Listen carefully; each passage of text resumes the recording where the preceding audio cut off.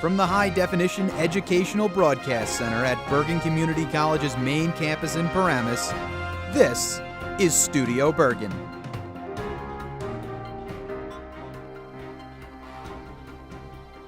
Hi everyone, I'm Larry Levanka, and welcome to this month's episode of Studio Bergen, your connection to the state's largest community college.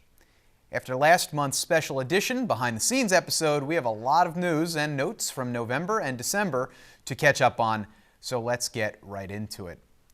Headlining our program this month is the 29th Annual Bergen Community College Foundation Medallion Awards Dinner, which took place November 15th at the Sheraton Mahwah Hotel.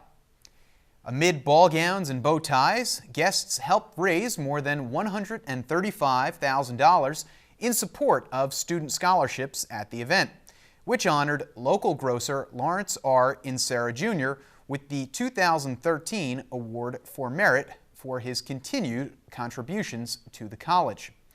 He said philanthropy is in his blood. My family here, my father, my grandfather taught us that if we're a successful company, then we should be able to give back to the communities where we serve. And with my family, which is over here with us tonight, that's what we do. I'm proud to say we are successful and we keep giving back to our communities where we operate.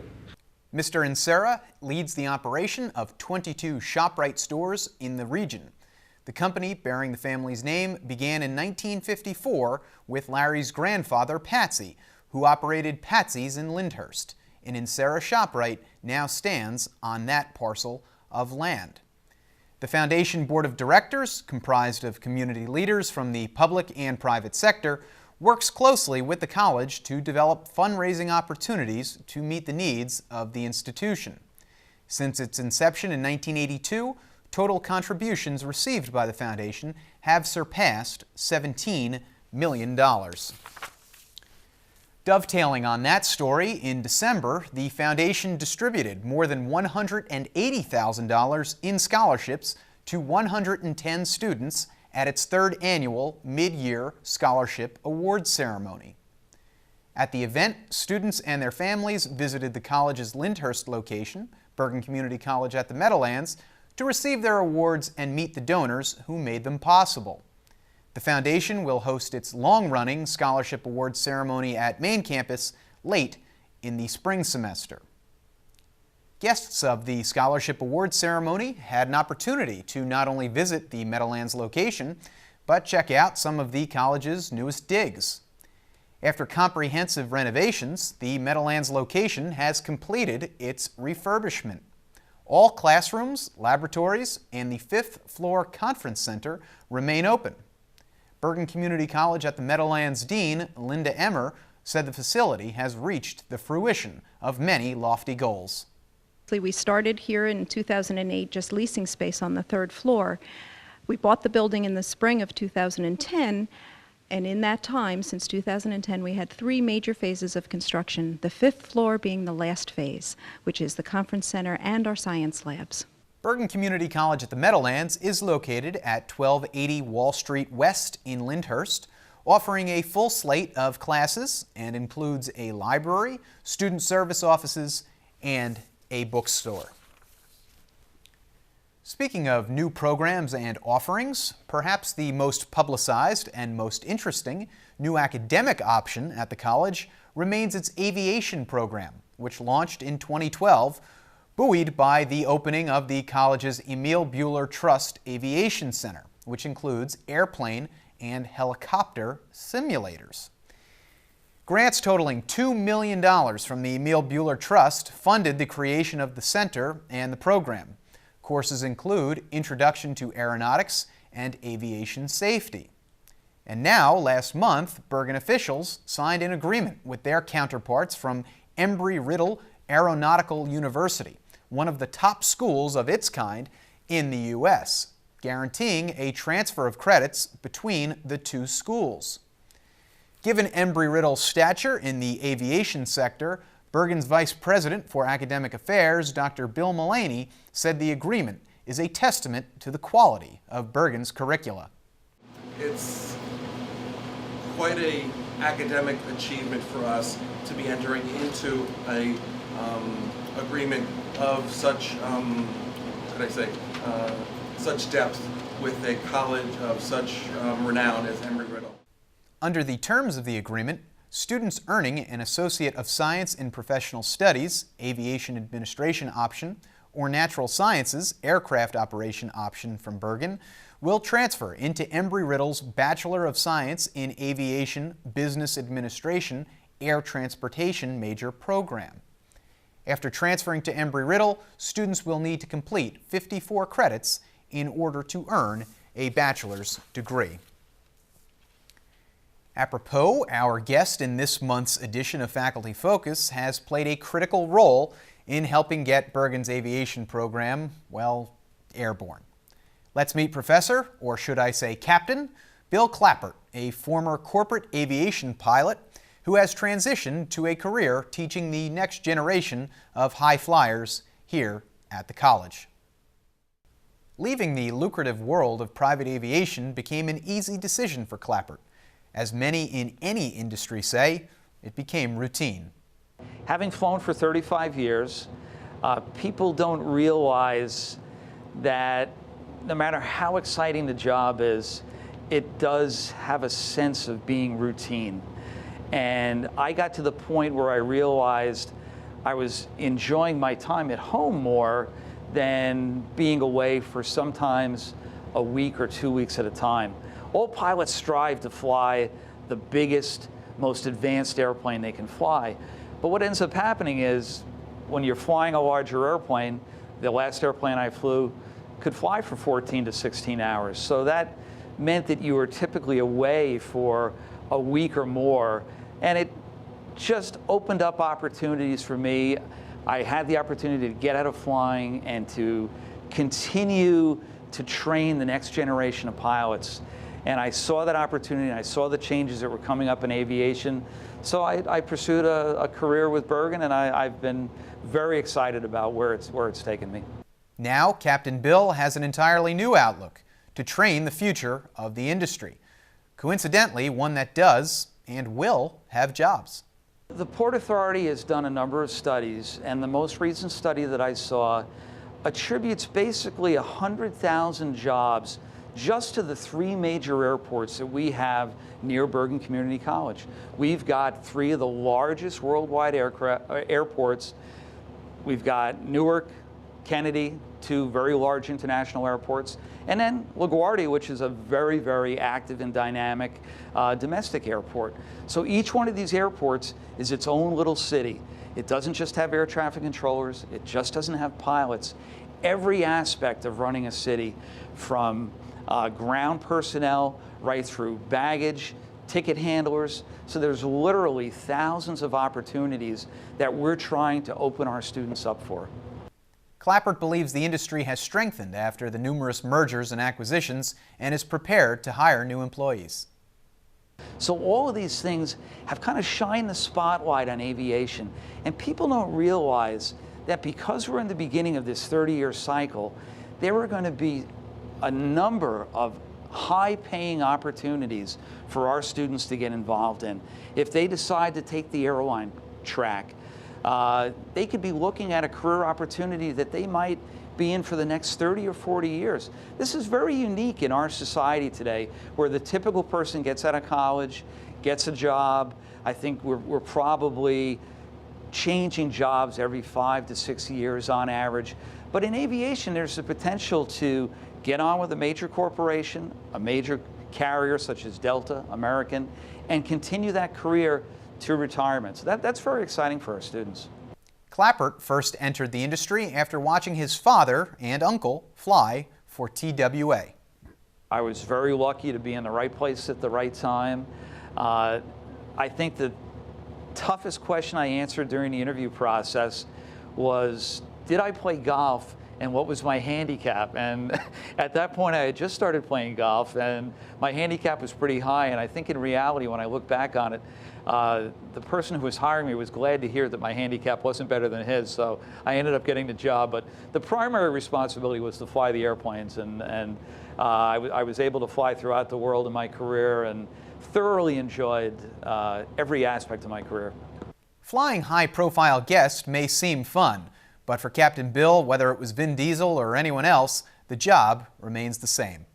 Aside from the fact that of the people that we're flying today, we have to realize that provided we can do everything 100% right, 100% of the time, we'll accomplish the mission. And that's basically the level that you have to work towards in flying. Everything has to be, as I tell my students all the time, check it once, check it twice, and when you're absolutely sure, check it one more time. So you have to be very detail oriented in this business, and you have to be very safety oriented, but that really worked to my strengths. So I found a career that really was something that interested me. After all, training, like the education he now provides to students, remains at the heart of flying. We're trained to handle any type of emergency. Every 6 months, I would go through very comprehensive training. If it was with Dassault Falcon Jet, the airplane I flew for them, that was at Teterboro. When I was flying the Gulfstream, we went down every 6 months for a week of training in the aircraft, specific training for emergencies. So I never felt as though we weren't prepared to handle anything, but there were certain situations. I've had 3 airplanes depressurize on me, which is a very serious situation to have in a plane. As a golfer, you might remember Payne Stewart a number of years ago, where their airplane depressurized and had tragic consequences. So some of those situations were serious. I was very proud of the aspect that both crew members handled it professionally and were able to get the airplane basically on the ground without the passengers knowing the severity of the problem. But most of my experiences in aviation were really excellent learning experiences. While I'm not sure if the following individual was ever one of Captain Bill's clients, I'm sure she has flown in a private jet before. After all, she is a Pulitzer Prize winner. Sponsored by the literary arts series, poet Tracy K. Smith visited and read from collections such as her most recent work, Life on Mars, which won the 2012 Pulitzer Prize and was selected as a New York Times notable book. Let's listen as Smith recites words from Duende. I have a cousin who haunts the basement of my aunt's house, drinking her liquor. The air around him is cold, and he swings at it, working himself into a sweat, like a boxer or an addict. Sometimes he comes upstairs to eat her food, feeding the thing inside him. We laugh, thinking laughter will make us safe. Then we go home and lie down in our lives. Smith wasn't the only high-profile guest last month, as animator Bill Plimpton also visited the main campus. Plimpton, who was nominated for an Academy Award for his short film Your Face, discussed the creative process the project took. It's about this guy who's a very boring guy, actually, and he sings a song about his lover. And as he sings this song, it's a really insipid song, actually, his face mutates.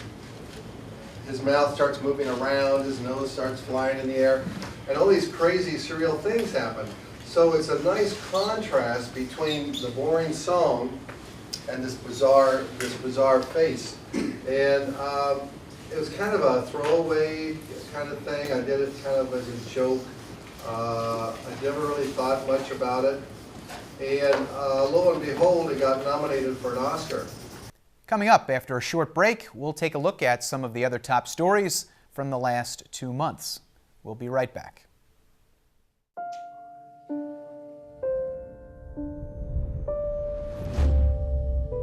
What if a disaster strikes without warning? What if life as you know it has completely turned on its head? What if everything familiar becomes anything but? Before a disaster turns your family's world upside down, it's up to you to be ready. Get a kit, make a plan, be informed today. Learn how at ready.gov. Welcome back to Studio Bergen. I'm Larry Levanka. I'd like to think Bergen rolls out a red, white, and blue carpet for its student veterans welcoming them to continue or begin their studies at the state's largest community college. With that in mind, of course, the college takes extra care to recognize these brave young men and women each year on Veterans Day. This year was no different. It took on extra meaning, though, when after the college's traditional recognition ceremony at the main campus, it opened the doors to the new Veterans and Military Affairs Center, which offers veteran-specific support and a central location for advising, counseling, and registration. Professor Mike Eccles, who spoke at the ceremony, discussed the importance of education for not only veterans, but the public at large. Education. What our troops today, our veterans today, are coming back from. See, students don't realize as they sit in classrooms today, they're sitting next to someone who might have done 2 or 3 tours over in Iraq or Afghanistan. Students don't realize that what you see in Call of Duty is not the same as what some of your classmates went through fighting house to house in Fallujah. Education. And the more our young people are educated, the more we hope they will respect the rights that we have, but what's more, the men and women who serve to protect those rights. After the opening ceremony, the college's Rotary treated veterans to a lunch prepared by the school's Hotel Restaurant Hospitality Program students and served by members of the Student Government Association. Bergen enrolls more than 300 military veterans under the post-9/11 GI Bill. Also, in an effort to provide resources for veterans, in December, representatives from Combat Paper, New Jersey returned to campus to help veterans heal through poetry, writing, and art. The group takes the unique approach of turning former military uniforms into paper, allowing veterans to reflect on their experiences. Also last month, Bergen's Educational Opportunity Fund program sponsored its first ever All-Star basketball fundraiser to support the EOF Student Emergency Fund. Those in attendance were treated to a night of dunks and dishes from the game's stars. Meanwhile, Bergen student members of Paul Sabong, the Filipino club at the school, took time out of their schedules to help support the victims of the Philippine typhoon. Students manned collection boxes, soliciting donations of essential items and cash in order to play a role in the relief effort. The American Diabetes Association estimates nearly 26 million people have the disease. Each year, Bergen faculty and students try to make a dent in that astronomical number by raising awareness on Diabetes Awareness Day. As part of this year's event, Dr. Joseph Gayandola of Hackensack University Medical Center discussed why he treats people with the disease. If you want to know why I got interested in taking care of people, a good number of whom are sick and have lots of complications, it's because I remember going down as when I was a resident, and I would go down to, well, I got to tell you the brutal facts first, don't I? And I'd go down to the dialysis unit, and I'd go to the surgical unit, and I'd see miserably sick people, and I said, is this the best we can do? Well, that was more than 30 years ago, and we can do a lot better, and I hope I'm going to show you that. At this year's event, students also completed a poster display project showing the often graphic effects of the disease. Turning our attention to this month's campus calendar, it's a light one, but nonetheless important. The first slate of spring 2014 classes begins January 21st. Registration ends January 17th. Other classes begin February 11th and March 25th. For a full listing or to register, visit my.bergen.edu. One of the most active student clubs on campus remains the Pride Club, a group of individuals committed to advocacy work relating to the gay, lesbian, bisexual, and transgender community. At their annual week of events last month, the group sponsored Pridefest, an opportunity for students to learn about the advocacy work and the community as a whole. Club President Damian Dimka said the goal was to discuss politics, life, and social issues in a safe environment. It's important to raise awareness about the cause because we have a lot of members that come to us also and talk to us about personal matters, and it's not only about politics, and that's not just about fun and hanging out, but it's also about creating a safe space for people, for individuals who basically cannot find that in other environments in their lives. Of course, a cause that has been long supported by the GLBT community remains the fight to stop the progression and proliferation of the AIDS virus. At the college's World AIDS Day event, December 3rd, guest speaker Dawn Breeden, author of Remember to Breathe, discussed her experiences and triumphs as an HIV-positive individual. In its continuing effort to advance the conversation on topics relating to the study of suburbia, the college hosted its latest event in Seniors in Suburbia, Setting New Goals, in November at Ridgewood High School. Sponsored by the college's Suburban Studies Group and the Village of Ridgewood Community Center, the panel touched on many topics, including how the baby boomers may redefine what it means to be a senior. As some of my clients who are in their 70s and 80s have said, is that the baby boomers are activists. They won't let things happen maybe the way things have been happening about Social Security and Medicare. They're going to fight for it because they were the activists when they were young, and they'll continue that. And so for some of the older adults that I've spoken to are in their 80s, they're very hopeful for this new generation of seniors to come through and provide more of a voice for seniors so that they don't feel excluded. Dr. Eileen Kleinman, the managing director of the Lois E. Marshall Institute for Learning in Retirement, Janet Sharma, executive director of the Volunteer Center of Bergen County, the Reverend James Knoll, director of Pastoral Care, Christian Health Care Center, and Robert Norelli, past president of Hobbyists Unlimited, also participated on the panel. As we bring this month's episode to a close, for those of you who have followed this program for any length of time, you'd expect us to wrap with an interview with a student, faculty, or administrator from the college on a different set. Going forward, and we believe in order to improve the quality of this program, we'll be integrating interview guests into this show's format right here on the desk. Today, we debut the Student Success Spotlight with Geraldine Arca, who recently started an online business. Thanks, Geraldine, for stopping by. My pleasure. Thank you for having me today. So you're a student entrepreneur. Tell us a little bit about this business that you started. Yes, so my little business venture occurred from a need that I had. My mom went overseas on a family business trip for about 1.5 years. And I'm very close with her. So it just so happened that Mother's Day was around that time, her birthday, Christmas. And I wanted to, send her flowers, send her a cake for her birthday. Mm-hmm. And I couldn't because I'm here and she's in South America. So I said, wouldn't it be awesome if there was a website where I could just go online, pay for it here, and have it delivered right to her front step? And that's what happened. So I did a little research. I called vendors in Peru. She's in South America, Peru. I got great deals, of course, and I'm kind of the middleman, Mm-hmm. And I did my website. It was tough, not knowing, where to start, where to begin. But now it's up and it's great. I mean, I can't complain. I'm not going to say that it was easy because it wasn't. But after doing research and, talking to people that were in the business, they kind of directed me into the right way where to go. How has business been in the international flower market so far?